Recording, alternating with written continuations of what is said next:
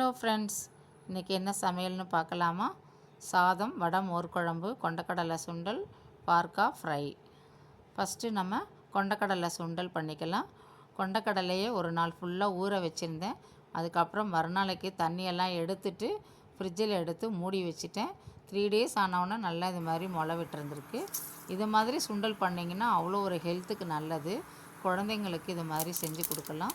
First எண்ணெய் ஊற்றி கடுகு, ஒரு மிளகாய் வத்தல், கருவேப்பிலை, பெருங்காயம் தாளிச்சிக்கிறேன். திருகி வச்சுருந்த தேங்காய் எடுத்து போட்டுக்கிறேன். அதையும் நல்லா வதக்கிக்கலாம். இப்போ உப்பு போட்டு வேக வச்சுருக்கேன் கொண்டக்கடலை சுண்டல், அதை எடுத்து இதில் போட்டுக்கலாம். கொண்டக்கடலையை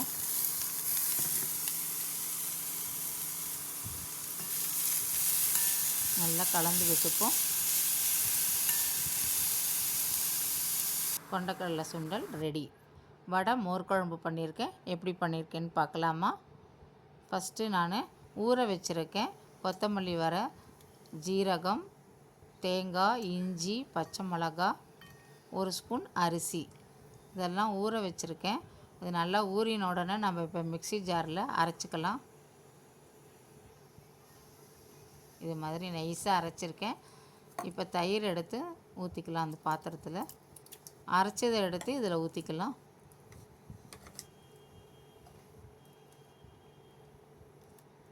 இதுக்கு தேவையான அளவுக்கு உப்பு போட்டுக்கலாம்.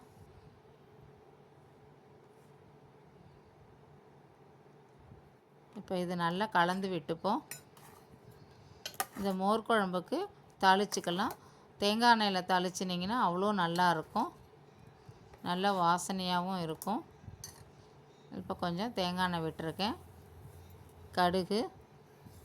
கடுகு நல்லா வெடித்த உடனே உளுத்தம்பருப்பு, கொஞ்சம் பெருங்காயம், கருவேப்பிலை,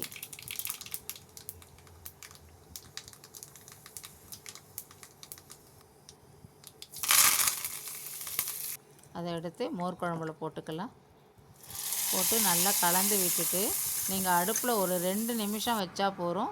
அந்த மோர் குழம்பு அப்படியே பொங்கி வந்த உடனே ஆஃப் பண்ணிவிடுங்க. மோர் குழம்பு ரெடி. அதுக்கு வடை போட்டுக்கலாம். கொஞ்சம் எண்ணெய் காஞ்ச உடனே வடை மாவை உருட்டி போட்டுக்கிறேன்.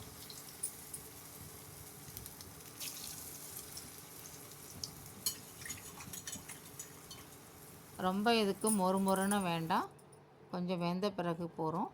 அதை எடுத்து இந்த மோர் குழம்புல சுட எடுத்து போட்டு நல்லா கலந்து விட்டுட்டு மூடி வச்சிட்டிங்கன்னா இது நல்லா ஊறிட்டு சாப்பிடும்போது நல்ல டேஸ்ட்டாக இருக்கும். இது மாதிரி நீங்களும் ட்ரை பண்ணி பாருங்கள்.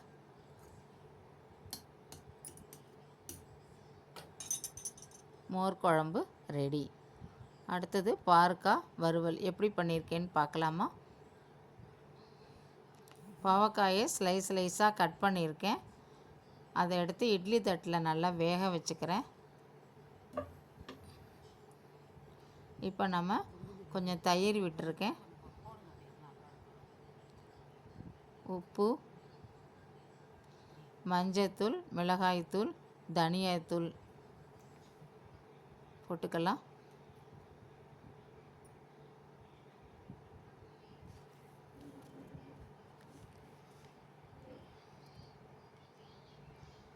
ஒரு பெரிய டேபிள் ஸ்பூனால் 1 ஸ்பூன் கடலை மாவு, 1 ஸ்பூன் அரிசி மாவு போட்டு நல்லா இதை மிக்ஸ் பண்ணிக்கலாம்.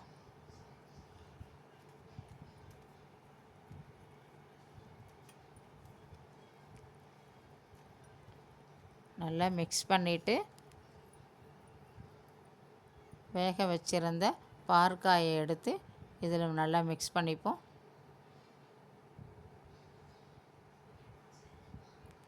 நல்லா பார்க்காய் இதுலேயே நல்லா வெந்துருச்சு. நல்லா இதில் மிக்ஸ் பண்ணிவிட்டு ஒரு 10 நிமிஷம் அப்படியே இதை மூடி வச்சிடலாம். இது நல்லா ஊறிட்டுருக்கட்டும். இப்போ தோசைக்கல் நல்லா ஹீட் ஆகிடுச்சு. கொஞ்சம் எண்ணெய் விட்டுக்கலாம். அந்த பாவக்காயை எடுத்து கொஞ்சமாக மேலே போட்டுக்கலாம். இது மாதிரி பண்ணிங்கன்னா நல்லா டேஸ்ட்டாகவும் இருக்குது, ரொம்ப கசக்கவே இல்லை. சுற்றி வரையும் எண்ணெய் விட்டுப்போம். இப்போ தோசை திருப்பியால் திருப்பி போட்டுக்கலாம். நல்லா கிறிஸ்பியாக ஆயிடுச்சு.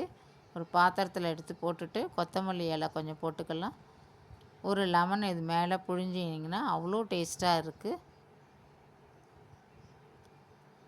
பாவக்காய் வறுவல் ரெடி. இது மாதிரி நீங்களும் ட்ரை பண்ணி பாருங்கள். நல்லா இருக்குது. இது மாதிரி